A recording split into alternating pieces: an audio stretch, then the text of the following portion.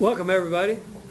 Thanks so much for coming today. This is a happy day in Consert and San Antonio.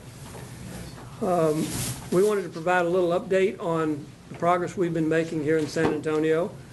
We reached agreement in June. We began moving in July, and we're here today.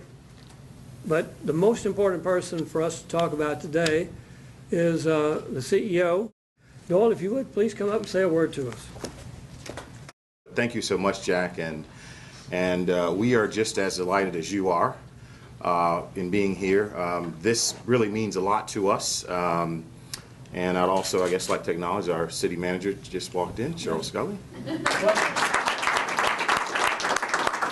And of course, the city's also been a wonderful partner in helping us put this together. But on several levels, this really is very meaningful to CPS and San Antonio. I guess the first thing is, from just a personal standpoint, you all are good people, and it's been a pleasure to get to this point. You know, like any discussions and negotiations, you go through ups and downs. But I think at the end, we really came to a very good agreement, which we think is beneficial for our customers and our community.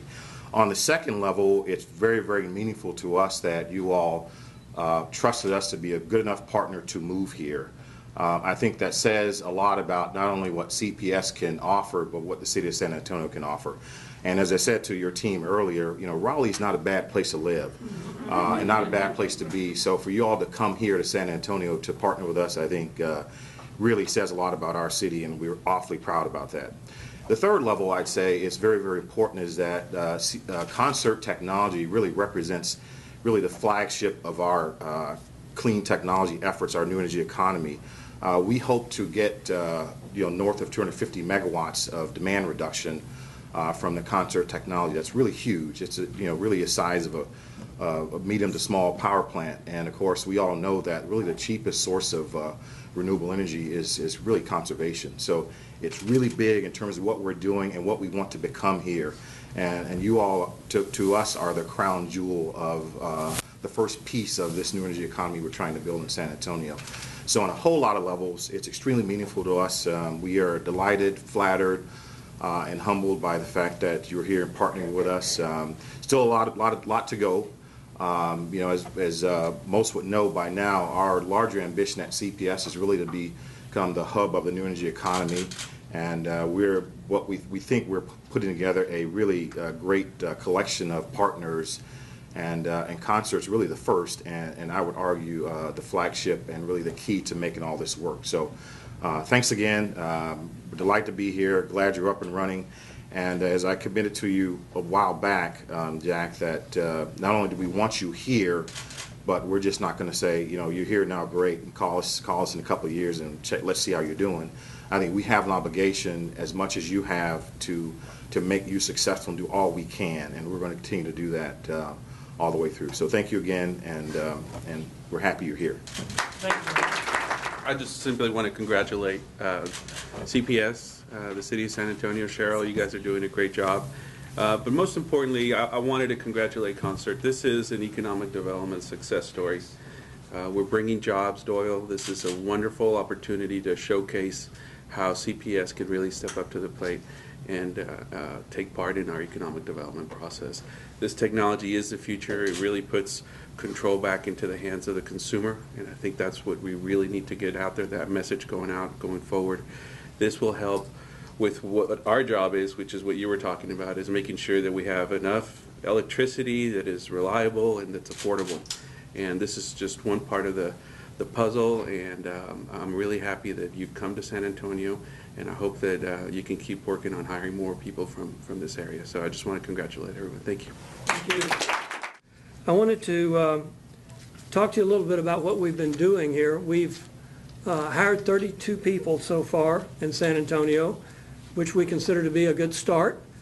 We've moved 20 people here, and we have more of both yet to do. So we would hope that we would have 10 to 20 more people in the next 3 to 6 months, and we are still committed to our exceeding our 150 by 2014. What you see when you walk around here, the things that are painted, that's 13,000 square feet. That's our initial installation. We have 5,000 feet that's been pre-designed where we punch through the wall back there in the back corner, and that will be our next expansion. And then we believe we'll take the rest of the building, which is 35,000 feet. We've been doing things in the community. So we've joined the San Antonio Chamber of Commerce, the North San Antonio Chamber, the Alamo Asian Chamber, the Hispanic Chamber, and we've built a burgeoning partnership with UTSA. Dr. Mo Jamshidi here is being very helpful to us. We're working on internships and other programs. We're working on hiring programs. I think that Scotty Scott recently left CPS to go to UTSA, and we're looking forward to working closer with him in the future as we look to hire people coming out of UTSA. We also are working with First Robotics, and as you know, Dean Kamen is the founder of First Robotics, and we're sponsoring the First Robotics program. We also intend to personally mentor a team of robotics. We've been working on our hardware and software. We've demonstrated 3.1, and it goes to general availability. That's our software release code. It goes to general availability in the next few days. On the next generation of hardware, the Bravo series is now out, and that's what's being installed. We think that everyone will be very pleased with both of those. We've had very good test results on all the equipment coming through on this new series of equipment. And I'd point out that what you see here is a test board.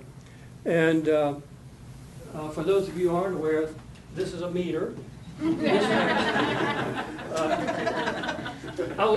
I tell you this because, interesting thing, the other day I was meeting with GE. And I was meeting with a person so high in the GE tree you can't imagine. Okay? And I said, what kind of meter do you have? And he said, I don't know. One of the good things about meters is people don't pay attention to them because they work. So, there's a GE meter, and inside that is our gateway. And that gateway is communicating back over the Verizon network. That's the wide area network. It reports everything that's going on. There's also a Zigbee module in here, which is communicating with everything inside the home. These are load control devices. This one is going to the hot water heater. This one the HVAC. And this is the thermostat. So this gateway is directing the activities of all of this equipment. It goes to a web interface monitor that looks like that in someone's home. But as we talked with Kathy Yates this morning, you can do it from anywhere. She's done it from Aruba. Thank you, Lord. She was able to save the day at her house from Aruba using all of this gear. So we've also been doing work other places in Texas in particular. We've had very positive third-party survey results from both Bluebonnet and Pedernales. And this is PECI is the company that was hired by those two co-ops and by LCRA. So it was a joint project. And in that they reported, are you ready, 100% customer satisfaction. I think that's a little soft. I wouldn't hold out 100%, but I'd hold out high 90s. Okay? It's very good survey results from them. 64% of those pilot participants reported that their overall comfort did not change, even though they participated in the program. More importantly, 28% said their comfort went up. We think that's really good. Some of that is 92% said it was the same or better. Also, 92% said they would definitely recommend this program to a friend or neighbor. We had a successful program also in Grayson Collin, which is just north of Dallas, and we hope to be moving that one on to commercialization pretty soon. We've got programs going in other implementations in New York, Maryland, North Carolina, Kentucky, and South Dakota. So we hope to show progress in other places, and obviously that will drive jobs and growth and additional technological development here. We're working with ERCOT here in Texas to become a controllable load resource. Trip Doggett, the president, has done a lot of work with us, and we consider a very good friend and mentor for our programs. He has said that Texas will be about 3 gigawatts short of capacity reserves in 2013. If we're going to address that, we need to start now. We're behind if we were working as hard as we could go today. And what the ERCOT numbers show is that 20% of the total electric load in the state of Texas is residential in the milder months of the shoulder season. But it's 48% during hot summer days and peaks. 48% is residential. So we think that residential has been left unaddressed in terms of really reducing the load. People have done demand response to nick off the peak a little bit, defer it, delay it, but we think we can reduce it and we can help people save money while we're doing it. We also have had expensive peaking in Texas and particularly in San Antonio in odd times during the year. Last February we had some very expensive peaking. We hit the $3,000 limit. We had some expensive peaking in the fall, got to $1,800 a megawatt hour. So what we did is we looked at the three utilities in Texas, Pertinalis, Bluebonnet, and CPS, combined those results to do a little study of our own.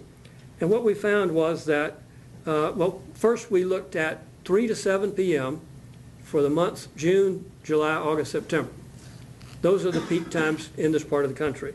What we found is that we could get 3 kilowatts average from each air conditioner because the duty cycles ranged from 48% at 90 degrees. So when it's 90 degrees outside, the air conditioner was running half the time. But that rose to 82% at 110 degrees. That makes sense. That's what you notice at home.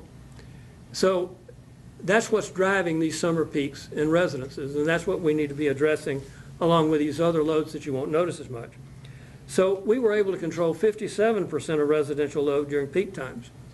You would also think that opt-outs would occur. That is, if we're in a conservation event, as we call it in CPS Energy Guard program, a conservation event, you would expect there to be opt-outs the longer you hold people in the event. Well, that's true. But we were able to control approximately 100% of the load for 1 hour, and if you set it at a 60% reduction, it goes 3 hours plus. So people will tolerate a bit for a long time. They'll tolerate a lot for a short time. So we'll work with CPS to figure out what's the optimization, what do you want to do, how best to use the tool. We also have found that in this math that we're very successful at achieving sort of the 500 homes is a megawatt. So that's our planning figure. We'll show the people who really want to know all the math that goes behind that, but it really does work. We also would tell you that we expect to exceed our growth goals in personnel. We are committed to achieving the 140,000 homes over the next 3 years. We've mentioned that Trip Doggett has been concerned about these dwindling reserves. We've sort of had an easy ride here in Texas due to the recession. Easy ride in terms of particularly the electrical energy.